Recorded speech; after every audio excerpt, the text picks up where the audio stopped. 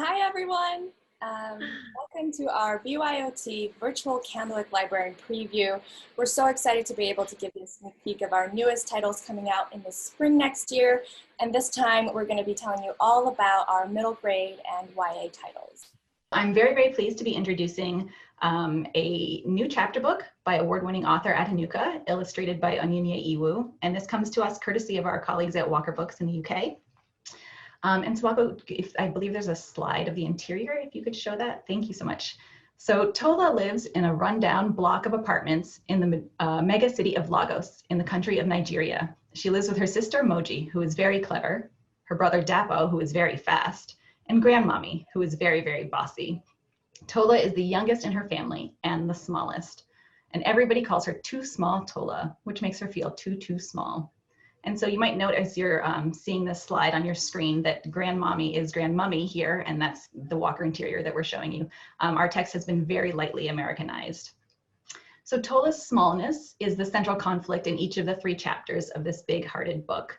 In the first chapter, Tola accompanies grandmommy to the market, down the busy road past the apartments, under a noisy overpass, past the mall, across the lanes of traffic on the expressway, and down the busy alleyways, all the way to mile 12 market.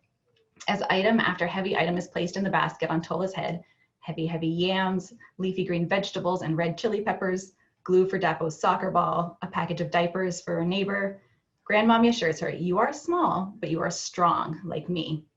But it's not until Tola is able to catch a shopkeeper trying to shortchange grandmommy that she finally feels how strong and capable she truly is.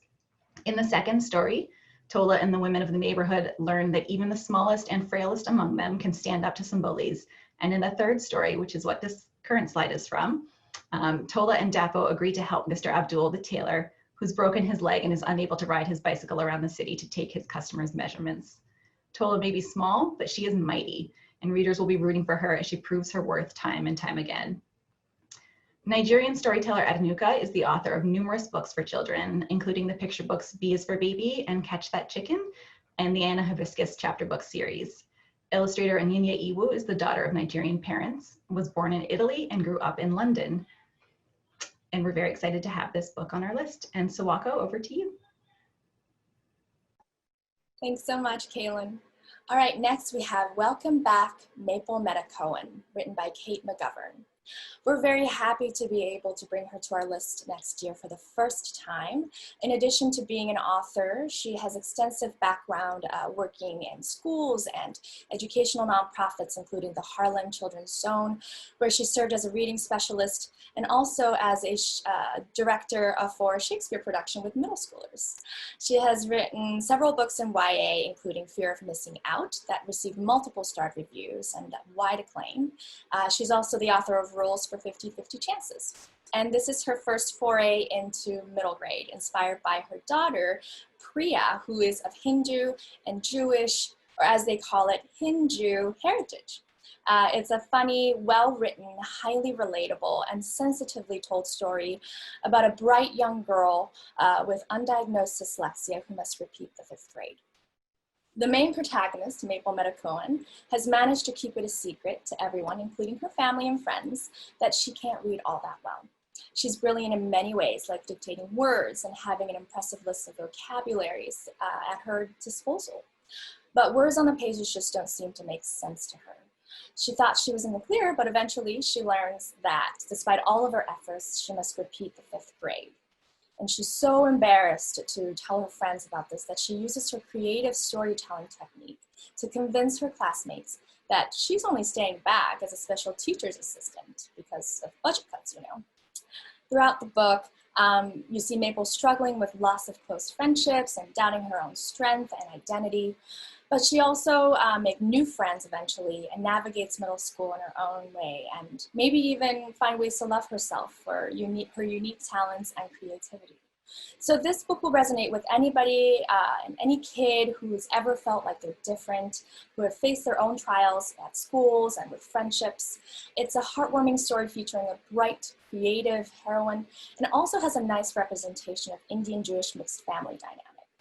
It's coming out in April next year for ages 9 to 12.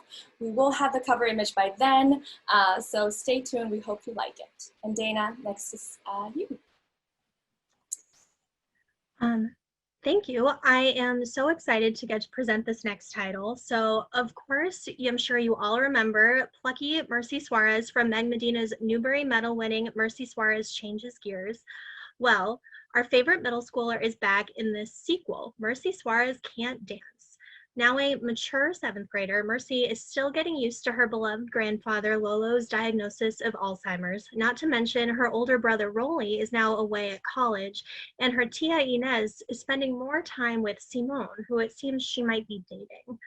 But Mercy has even more to deal with at school this year, including a school dance, a demanding teacher, and maybe even a first crush. Mercy is assigned to co-manage the tiny school store with Wilson Bellevue, who she might like, working hard in Mr. Ellis's science class, even though she doesn't feel like she's as smart as her brother. And then on top of all of that, she gets roped into working at the annual Heart Ball, her first middle school dance, which of course is being organized by her obnoxious frenemy, Edna Santos. All of these different elements make the book so fun and relatable for middle school readers and those of us who aren't in middle school anymore, with help from the Suarezes and her best friends, Lena and Hannah, and maybe even that bossy Edna. Mercy starts to learn how to take responsibility for her actions, care for her family, and take on new challenges, like learning to dance. But you'll have to read the book to find out if Mercy ever actually does dance. Of course, Meg Medina is the fabulous author of numerous award-winning young adult and picture books, including Evelyn Del Rey is Moving Away, which is a new picture book that just came out this fall and is Jumpstart's Read for the Record title this year. About this sequel, Meg says, "I'm so excited to bring my readers into the world of the Suarez family and Seaward Pines once again. New friends, new teachers, and new self-doubts. It's been a thrill to write about all the zany things that the seventh grade can throw at a person. I know I fell in love with Mercy and the whole Suarez family in the first book, so I hope you'll enjoy Mercy's second adventure just as much as I did." And next up, we have Jamie. Hi, everyone. So I begged to present this because I am obsessed with this book. Amber and Clay by Laura Amy Schlitz mixes mythology with poetry and history. And Swak, if we could see one of the illustrations here. And it is just completely novel and exhilarating, poetry with prose. When you read it, you can almost imagine Laura Amy giggling to herself as she's having just the greatest time writing this book. But what's it about? It's about Mellisto, who's Amber in the title, and Roscoe, who's Clay, two spiritual twins who are connected by fate. They meet when one is dead and the other is still alive. Mellisto is a vibrant, highborn girl whose lot in life is to be tamed and married to become an Athenian wife. She and her mother have a really rocky relationship, and the only person that truly cares for her in a motherly way is a Thracian slave. She isn't looking forward to this future where she becomes a mother and a wife, but before she is made to marry, she is allowed to risk her life for one season to Artemis, goddess of the hunt, and what I've been calling an almost feral Girl Scout experience that allows her and other girls to learn to survive and thrive in nature. Unfortunately, she dies in an accident, leaving her soul restless.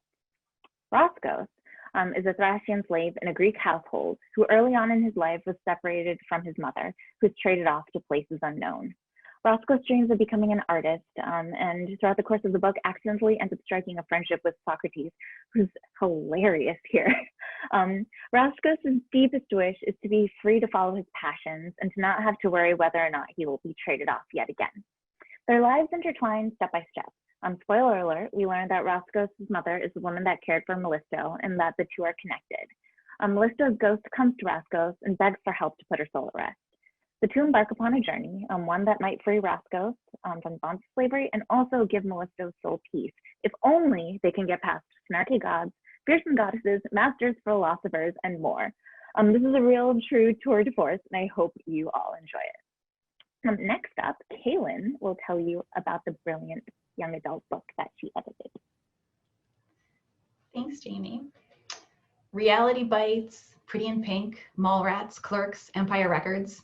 Are you there with me? Back in the mid-90s, back when grunge was in and the girls in movies inevitably chose the hot slackers over the successful dorks, back when not choosing was not even an option. This is The World of Baby and Solo, a spectacular YA novel by newcomer Lisabeth Postuma. It's 1996 in Royal Oak, Michigan. It's been 9 years since the bad thing that happened, and 2 years since Joel Teague last experienced what was wrong with him. In the book's prologue, we see Joel being given the green light from his therapist to re-enter society. And so Joel finds himself working at the local video rental store, Royo Video, where each of the Motley Crue employees goes by their favorite movie character name. At Royo Video, no one knows anything about Joel, who goes by Solo after Han Solo from Star Wars. And he's determined to keep it that way, to keep his tabula rasa, to keep his clean slate. Enter Baby from Dirty Dancing. Foul-mouthed with one hell of a chip on her shoulder and terrific taste in movies, Baby seems to dislike everyone, but for some reason she seems to tolerate Joel. And when circumstances force Baby to reach out to someone for help, it's totally normal, clean slate Solo who agrees to drive Baby to the women's clinic and to sit with her cracking terrible jokes as she waits for her number to be called. Joel, as Solo, is soon thriving, working his way up the not-so-corporate ladder at Royo Video and forging an actual friendship with Baby, his first real friendship since the bad thing happened. But Baby starts to chafe against the unbalanced nature of their friendship. He knows so much about her, way more than she wishes he did, and yet she knows next to nothing about him. Finally, Joel is forced to choose. Does he cling to his tabula rasa and pretend to be normal, even if it means never being his true self with his closest friend? Or does he tell Baby the truth about his past and risk losing her forever? This is not a romance. There is no will they, won't they tension between Baby and Solo, whatever their coworkers might think. Joel is neither the hot slacker nor the successful geek, but someone much more nuanced than that. And Baby would much rather save herself than settle for either archetype. This is a story of friendship, of that bone-deep connection that can only exist when two people are completely vulnerable with each other, when two people go through something life-changing together. This book has worked its way deep into me since I read the submission. I think it's perhaps one of the most fully realized worlds I've had the pleasure of editing, with every tiny detail down to the last kernel of popcorn on the dingy carpets of Royo Video seeming utterly authentic. Baby and Solo too feel like such real people that it's honestly a blow every time I have to remind myself that they don't really exist. I can't wait for you all to meet them. So now back to Jamie for another great YA. Great. So I'm delighted to present Zoe Rosenthal is Not Lawful Good by National Book Award finalist and New York Times bestseller Nancy Wertland.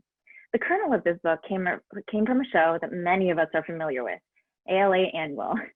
Years ago, Nancy shared a hotel room with 3 other women who she had never met before and actually just met on the internet. And they ended up becoming some of her closest friends. As we all know, the experience was both exhausting and exhilarating. The joy of bonding with people who love the same thing you do, in this case, and in our case, honestly, children's books, who you met by utter chance.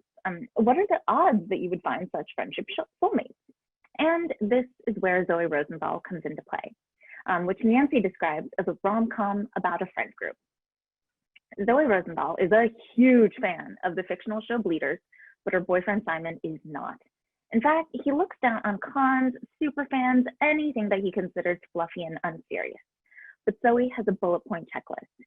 Fall in love with the one, and the one is capitalized, in high school. Be the perfect girlfriend. Get married after college. In her mind, Zoe is on track, but in order to do so, she needs to get Bleeders out of her system. So Zoe tries to get her wiggles out and attends one con, Dragon Con, to attend a Bleeders meetup. After that, it'll be over. She's fine. But then she runs into fellow fans that share her passion for the show, Liv, Cam, Sebastian, Meldel, and Todd, and agree to meet up at one more con. Well, one con becomes 2, becomes 3, and it's becoming harder to hide this huge part of her life. Can Zoe be a true fan and still be Simon's perfect girlfriend? Does life really have to go on according to your bullet point plan? This book is a love letter to friendship, being squashed in a convention center with thousands of other people, and all the fun memories that come along with all of that glorious fun and sleep deprivation. Well, that's it for YA, and let's move on to nonfiction. All right, thank you, Jamie. So moving on to nonfiction titles for middle grade, we have Wonder Woman of Science, 12 geniuses who are currently rocking science, technology, and the world.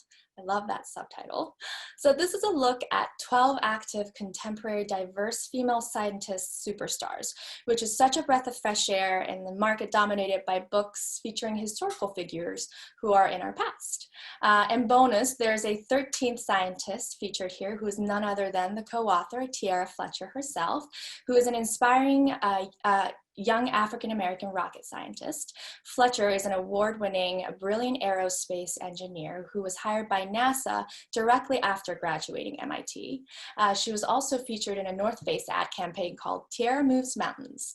So she's such an impressive figure that young girls can look up to, especially those who are looking into getting into STEM, and young Black girls who are looking to see their faces represented in this sphere as well.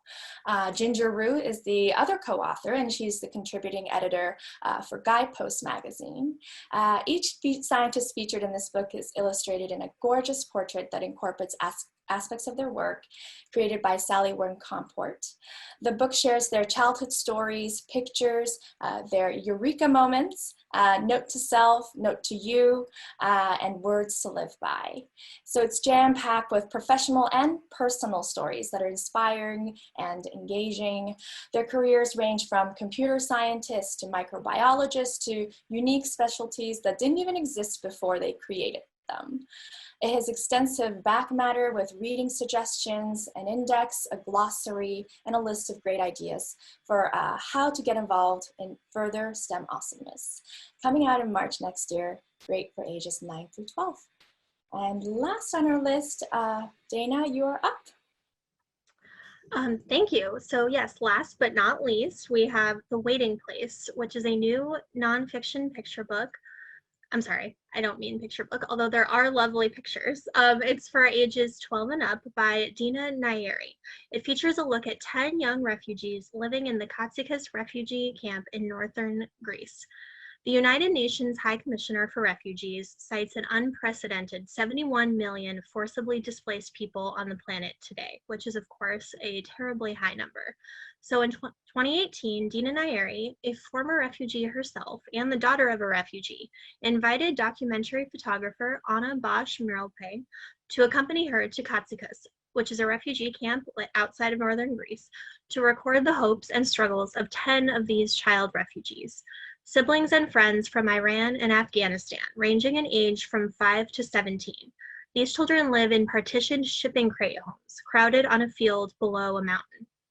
So in this book, there are 10 lyrical passages that lead one into the next, punctuated by intimate photographs from Anna to reveal the dreams, ambitions, prejudices, and personalities of each of these displaced children.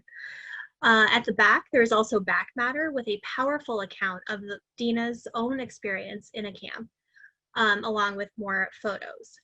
Locking the global refugee crisis sharply in focus, The Waiting Place is an urgent call to change what we teach young people about the nature of home and safety. So it's a very timely and important book for readers of all ages. Dina Nayeri is the co-author of several young adult novels, including Another Faust, and is the author of the forthcoming adult title, The Ungrateful Refugee, which is about her time spent in a refugee camp as a child in 1989. Anna Bosch-Miralpe is a photographer and winner of the prestigious PhotoPress grant for work in Beirut. And Dina's wonderful prose and Anna's beautiful pictures really capture this terrible limbo that these children and families have to live in with an uncertain future. Of The Waiting Place and Anna's beautiful photography, Dina says, each morning we set off, me with my notebook, she with her camera and tripod, to see these brave little people fighting back against the waiting place. So yeah, that's really our last exciting title that I'm going to talk about, although we do have a few more titles we want to put on your radar that we're all going to talk about now. Okay, thank you, Dana. So yes, for more titles to note, by the way, thank you all for presenting all those titles. I always enjoy just hearing folks talk about books, my colleagues talk about books in general. I always say this. But so yeah, that was such a treat for me. And yeah, I just wanted to just make sure we also know all of these other titles before we move on to our guest speaker.